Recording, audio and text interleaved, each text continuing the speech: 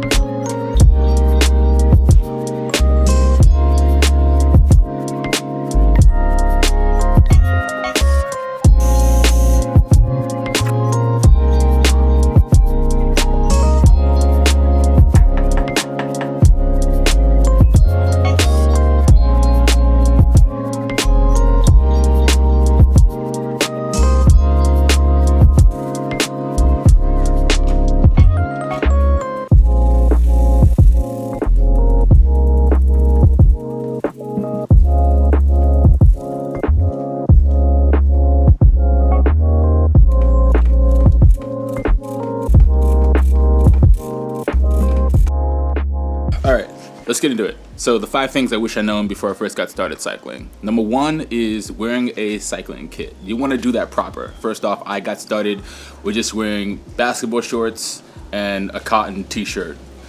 I learned quickly that I drenched myself in my own sweat, started getting cold, and just felt totally weird. In terms of comfort in the saddle, forget about it. Hemorrhoids to the max. My sister used to make fun of me when I first got a cycling kit. She used to say I look like a Power Ranger, the Black Ranger in particular. I like the Black Ranger. But anyway, the technology behind these cycling kits, it just works. Like for instance, chamois, you're gonna get that comfort in the saddle for long hours on the bike. With the jersey, you're gonna get the wicking away of your sweat and also that body temperature control. When you're in heat, when you're in the cold, there's different types of jersey, whether you're in the fall season, the shoulder, whatever, summer jerseys. So there's just a lot of tech behind it, and I highly recommend jumping full on in a cycling kit just for the comfort and the technology behind it. You'll learn quickly that your discomfort is gonna make you wanna just hop into a bike shop and just get a kit. So take my word for it. Number 2, start with mountain biking shoes instead of road cycling shoes. And that's a debate and personal preference, but I would say if I had started in the beginning, I would have started with the mountain biking shoes. Here's why. Road shoes, the cleat is not recessed. It extrudes out of the bottom of the sole. That's gonna make it a little bit harder for you to walk around if you need to get off the bike. When you want to do a pit stop in, say, 7-Eleven, which we all know we do, or a gas station, you're going to be slipping and sliding across the linoleum floors or the marble floors, whatever it is. These cleats do have, these are the Shimano SPDSL cleats. They do have this plastic rubberish material that sort of grips the ground a little bit, but once that begins to wear out, you're going to be slipping. You can seriously bust your you-know-what, and then just, you're gonna get hurt. So honestly, definitely look into getting a shoe like this, a mountain biking shoe. Mountain biking shoes, the cleat is recessed, so that means it's gonna go inside of the outer layer of the actual lugs in the sole, which are nice rubber soles that have nice grip. These are good for, say, hiker biking or going into trails and things like that. And when you get off the bike, if you're riding this on the pavement, then honestly, you'll be able to walk on here with just like a regular shoe. It sort of mimics that feeling, and it's not gonna feel like your toes are raised up off the ground. Also helps with your Achilles a little bit in certain terms of like not stretching it out so much, although that might not be so bad either. But I would start here personally. So my recommendations is to just go into a bike shop, try on both mountain bike shoes, try on a road cycling shoe, and just see, compare, contrast, and hop on the bike and just like walk around. I think you'll quickly notice which one's going to be a little bit easier to walk around. My thing is, if I'm on a bike ride, I try to stay on the bike anyway. If I need to make a pit stop, I'll do that like once or twice, depending on how long the ride is. But for the most part, if you're new to the sport, you're a beginner, you want to start with like mountain biking shoes. It's just a little easier. You get the grip on the bottom, whereas with this one, you're not really going to get that. Clean your drivetrain. This stuff here is as simple as it gets. I've been using this lately. It's by WD-40. It's their specialist dry bike lube. You can use any lube you want depending on your climate. If you're in the dry climate, you want to use like a dry lube. If you're in a wet conditions, you want to use like a wet lube. I find dry to just be the way to go, just because wet typically just gets everything all gunky in the drivetrain. But this stuff will just save you a trip to the bike shop. Honestly, like your drivetrain, it's got to be smooth. There's been so many times I've been on a bike ride and I'll hear people's like cyclist bikes squeaking and their chains just like making that that noise, that it's just super nagging and annoying. So I highly recommend just making sure your drivetrain is nice and smooth. All it takes is a dry cloth, wipe all the gunk off, get all the dirt between the cassette off, just by swigging and swagging up and down, and then just like lube that chain, dude. It's gonna make a huge difference. Trust me, okay? Lube your chain.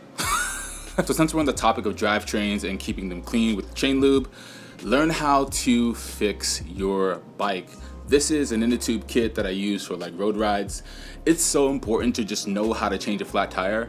When you're in the middle of nowhere and you get a flat tire, what are you gonna do? Do you know how to change a flat tire? Do you know how to take your wheel off? So get yourself a multi-tool kit, get yourself a tire lever. This is a Pedro tire lever. I highly recommend it. Get yourself an inner tube.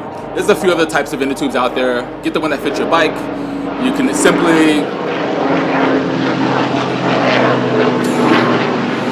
simply look at your tire and just check out the type, the size, and then it'll be an indicator of the type of inner tube size you need to get. You want to also get a CO2 cartridge, and you also want to get a CO2 cartridge adapter. And I usually just like put this on a rubber band, throw it in my jersey pocket. There's also an option of carrying saddlebags. You can do that if you'd like. Definitely if you're a beginner, highly recommend a saddlebag. There's a few that you can get. This is one by Revelate Designs that I really like. It's their tool cache, and it basically stores everything you need in here. You could possibly fit an inner tube in here, but if not, I use this for like gravel rides. I put my CO2 cartridge in here. I have a little multi-tool plier for my chain and everything, and to get the valve stem off. I also have a tire boot inside of here in case I get a tire blowout, and I also keep my bacon in here, which is like if I were to get it flat, I can plug it with a tire bacon and a CO2 cartridge adapter that I keep in here as well. So, and some cash, tool cache, obviously, Revelate Designs. But anyway, there's a few that you can get out there. I'll leave some links below to some of the products that I use, and in the description that I've used in the past, and I've made lots of videos about them that I highly recommend, and they've been ridden and tested to my liking. So I wouldn't recommend anything that wouldn't save you if you're out there and you're getting mechanical. So learn how to fix your bike. Just check out the products in the description. Trust, they're gonna help for sure. Let's move into the last and final thing. Nutrition. Look, I can't stress it enough how important it is to just make sure that you're eating before you're hungry and drinking before you're thirsty. Because there's been so many times on the bike where I've bonked, and man, it really sucks. I remember I was riding in Queens one time on a really long ride, and I started feeling like really lightheaded, and then I had to like get off the bike and lay in someone's front lawn for like 30 minutes because I was like depleted, and all I needed was like some sugar. Crazy, right? But like, listen to your body. And I always like to prepare in advance. So for instance, what I like to use in the mornings if I'm like going on a ride is like these super high carbs from Scratch Labs. This is pretty good stuff. You get what they call clusterdextrin, which is like a really complex carbohydrate. And I feel like it's a long burn when using this. So I'll put like, depending on how you want to do it, you can put 7 scoops in here if you're doing a long endurance ride. And you can put 4 to 2 scoops. Depending on how you do, I like to mix it with this other stuff, Scratch Hydration. In fact, let me go get that and show you. So this is by Scratch Labs. This is basically their electrolyte hydration mix. And this is really good. I put like 1 to 2 scoops in my bottle in the morning before I go on a long ride.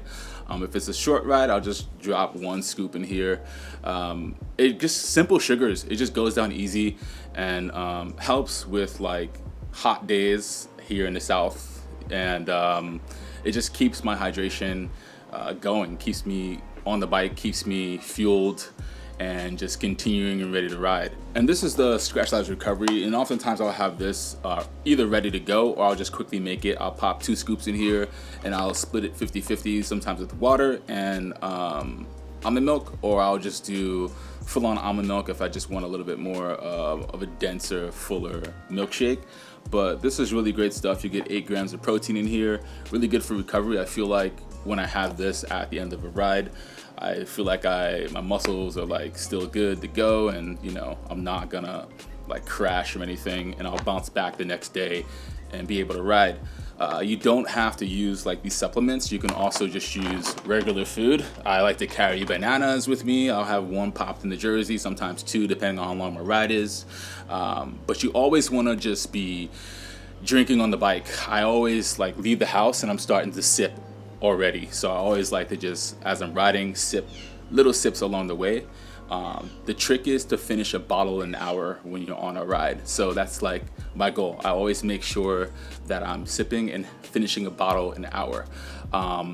Now in terms of all this food, I'll leave links to the supplements from Scratch Labs in the description below. If you'd like to choose to buy them, you can if you'd like. Use my links. I do get small commission from that. Helps out the channel. It all comes right back into here. Maybe I can get a coffee. Maybe I can get a new tire for my bike. I don't know. So those are the 5 things I wish I'd known when I first got started cycling. For beginners, I hope this video was helpful to you and offered value. And if you're not a beginner and you've been on this channel for a while, or maybe you've just been an advanced cyclist, maybe it was a gut check and maybe it's something that you maybe need to look into your kit and just sort of reassess and move some things around. But anyway, I hope this all helped. Y'all already know what to do. Like, comment, and subscribe. I say that a lot because it does help the channel out. And share this video with someone who might be looking for information like this as well. So it would really help. And I would love to hear feedback from y'all in the comments. So drop a comment and let me know if I missed out on anything, or if you want to add something to the conversation. Would appreciate it. I'll see y'all next time. Peace out.